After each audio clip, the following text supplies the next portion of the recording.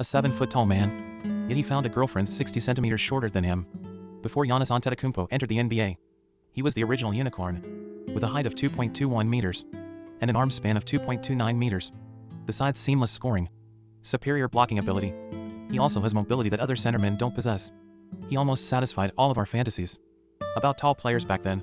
Think about it, nowadays in the league, Gobert, who is 2.16 meters tall, can become a hot commodity. Why wouldn't Porzingis become if weren't injuries? Interestingly, Porzingis and Irving's experiences are so similar. They both have been tossed around, changed many teams, and weren't particularly happy with their previous teams. In the end, they both became abandoned by the team. At the same time, like Irving, Porzingis also fell at the feet of the Greek freak. Anthony, leaving in 2018, was also the year when Porzingis scored his personal highest average points. This rising star in the league, during a game against the Bucks, after scoring against Giannis, fell heavily on the court.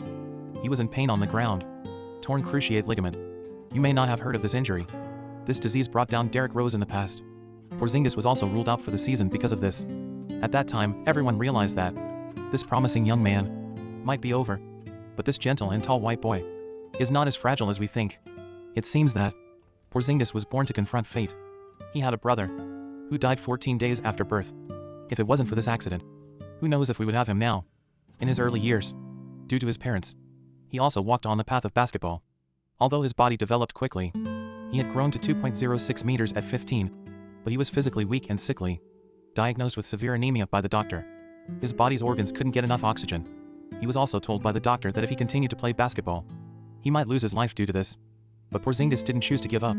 Instead, with a good mindset, he actively cooperated with the treatment and finally defeated the disease, winning the EuroLeague Rookie of the Year. Also allowed him to successfully step onto the NBA stage. It was these experiences of walking at the Ghost Gate that forged Porzingis' stronger resilience. From a big injury in the Knicks to Mavericks, from the Mavericks to the Wizards, to the Celtics now. Throughout his entire career, though he encountered numerous injuries, big and small, he has never been defeated. As long as he stays on the court, he will continue to strive, becoming that most threatening unicorn. Porzingis, like Irving today. As opponents, they both take on their old clubs in the NBA Finals, both hoping to prove their ex's choice was wrong.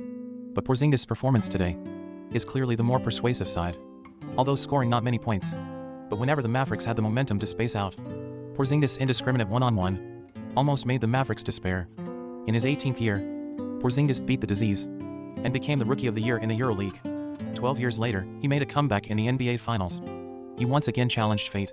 Whether he can write a new chapter in his career, it's all worth looking forward to.